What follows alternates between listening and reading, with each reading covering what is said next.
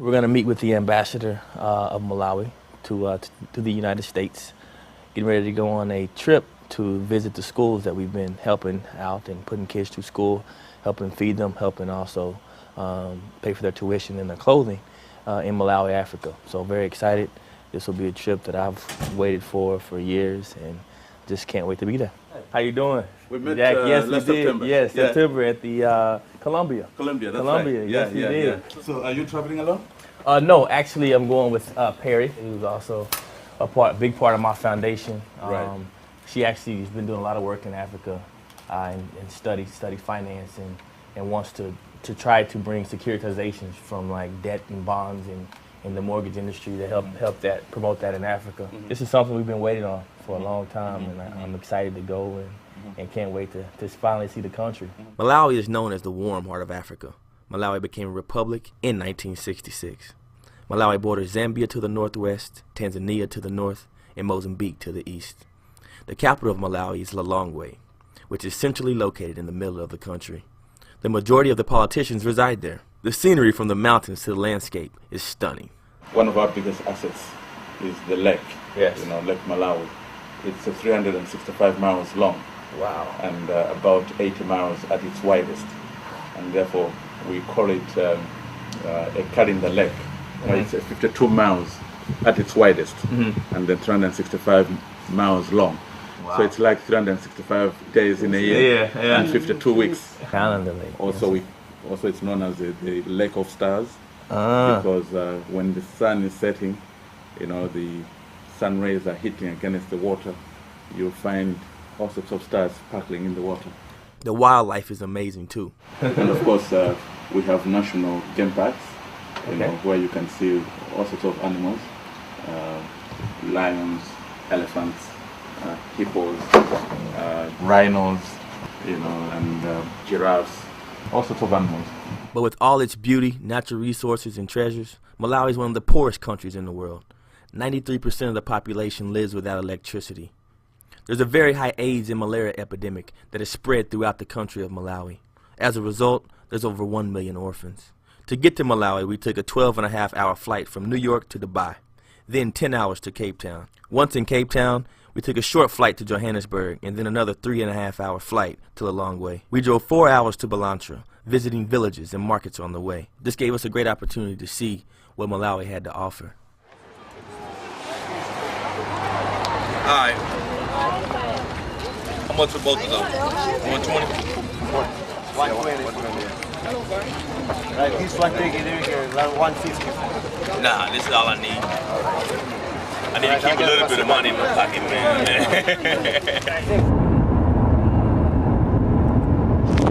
We have just arrived at the Joyce Banda's Foundation School. My name is Joyce Banda. I started out as an abused wife. That was in 1981. I decided enough was enough at a time when people did not walk out of marriages because of our customs and traditions. But I think I broke those chains and walked out and took it upon myself that I was going to do two things. One, that I was going to economically empower myself and that I would never suffer again. But also I made up my mind that I was going to spend all my adult life helping those that could not help themselves. I'm talking about women. So I started an organization called the National Association of Business Women, which went out mobilizing rural women, poor women, to go into small business. To cut a long story short, from 5 women we went to 40,000 women in about 5 years. Since 1998, it's 10 years now, I've invested my resources and time in building a foundation that provides education, better education that looks at building children into future leaders of Malawi. Can you introduce yourself? Give Hi, us your my name is Roy. I am the managing director of the foundation. The foundation runs this school here and another one in a different district, and several orphanages in that district as well. The situation of orphans in Malawi is that we have 1.2 million orphans. And out of those, 15% are living in child or elderly-aided households. And so that's the Joyce Panda Foundation's target. Looks like all the students have just finished their classes. Hi. I would like to welcome our visitors. We have Jack Brewer and Perry. Perry. We have come to visit us. Jack Brewer is our sponsor for especially those on scholarship. So here he has come to meet you. Wow. This is definitely a great moment for me. A lot of you may not be able to identify with my upbringing coming from the United States, but I'm filled with so much emotion right now, and to see the intelligence level of so many of you young kids who speak so properly and present yourself so well, it's a compliment not only to Joyce Banner but for the entire school. And it says a lot about what can be done, not only here, but throughout the country of Malawi. Joyce Banda Foundation provided us an opportunity and hope for a brighter future. We therefore would like to sincerely thank you for this kind of gesture.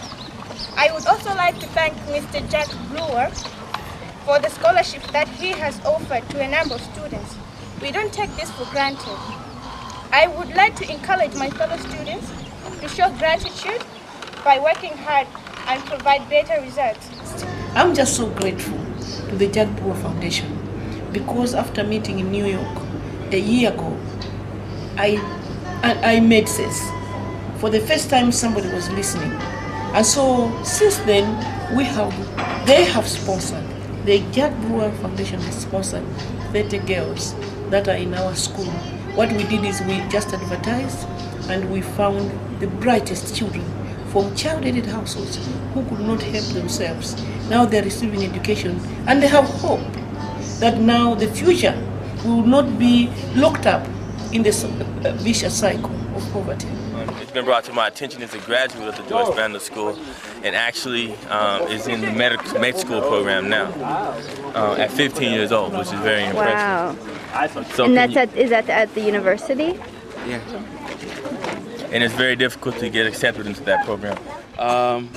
First of all, I'd like to thank you for taking the time to visit our lovely country and to see for yourselves what the works of your hands are doing. So basically, this area here, the plans are is to put an auditorium, a multi-use auditorium, where they can have functions, they can have sporting events, play basketball, and it would be a location where, I guess, if they have an after-school program or they want to have some sort of a conference, convention, presentations, just generally event center. My poem is entitled, An Orphan No More. Leave me alone, for I am unique. I say this as you try to use violence as a technique. Abuse, rape, traffic is what you used to do. Rags and tatters is what I used to wear, because nobody seemed to care. But someone dared and bared with us, picked, raised me, fed me to the person I am today. And this school has given me the opportunity to be the person I am. Someday I shall jump and land on my feet. I shall walk the streets and be admired, for I will be the leader of tomorrow, and often no longer am I. For I have people who care for me, people to support me, a family I never had, a family who work together with me to give me a better future and a better tomorrow. Thank you. Okay, so he said that this, after completion, should be enough residential houses to house all of the teachers in the secondary school. Oh, so that's this terrific. compound will basically be able to encompass everything and accommodate everyone.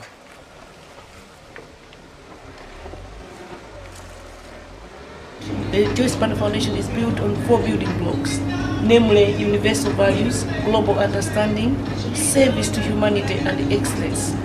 And because every child is taught from day one about the importance of these 4 building blocks, you find that they become little leaders at a very little age, at a very young age. Academic excellence.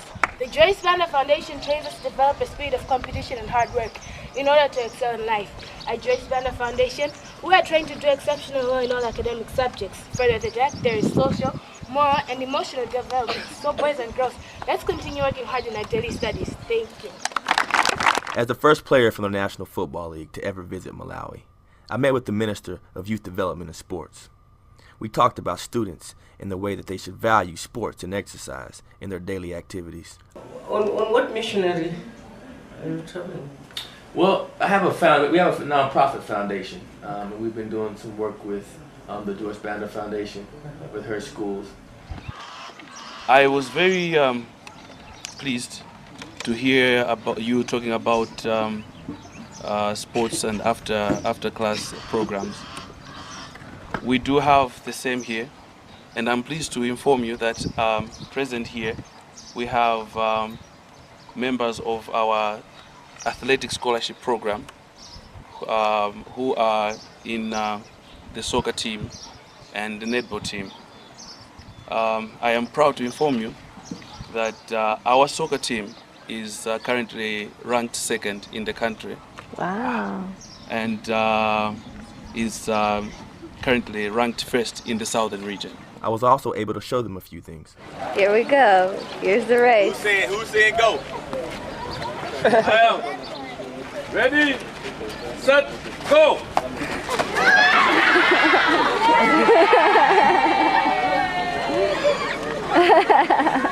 Explain a little bit on how, when you grew up in Malawi, extracurricular activities and sports and things like that, after school programs, were seen as not as important. Right. And then now the transformation is yeah, beginning. we because of a little bit of exposure, some of us who have had the opportunity to go to the States and other countries have found out that after school programs actually add value to a student's whole as a being.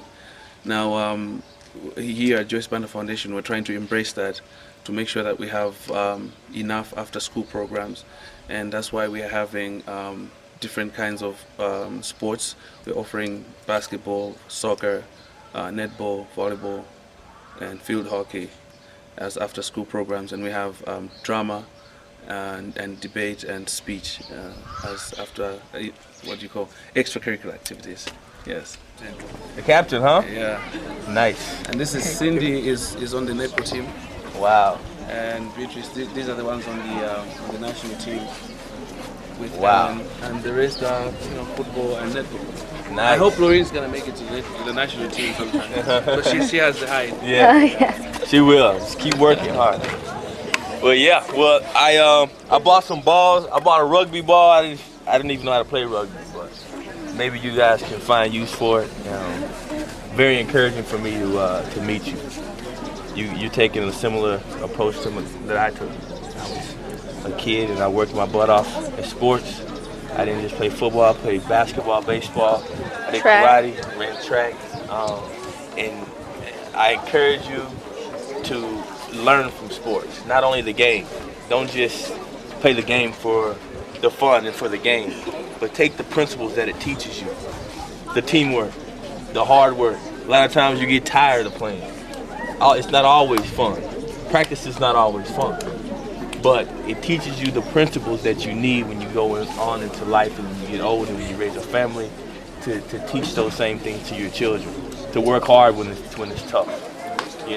To use good sportsmanship. You may be mad, you may be upset, but you can't act the point on the field, otherwise you're gonna hurt your team. You'll be penalized for that. Same thing in life. Even though you get frustrated in life, you can't always just act out and do as you want and be selfish. Sports are the most unselfish thing in the world. And so those principles take with you. And I just say God bless you, continue to work hard. Hopefully when I come back to Malawi, I can come watch you all play, watch you play on the national team, and just continue to grow and grow and grow. This was a life-changing trip to Malawi. Seeing the conditions firsthand gave me a new perspective on many of the major issues that affect our world.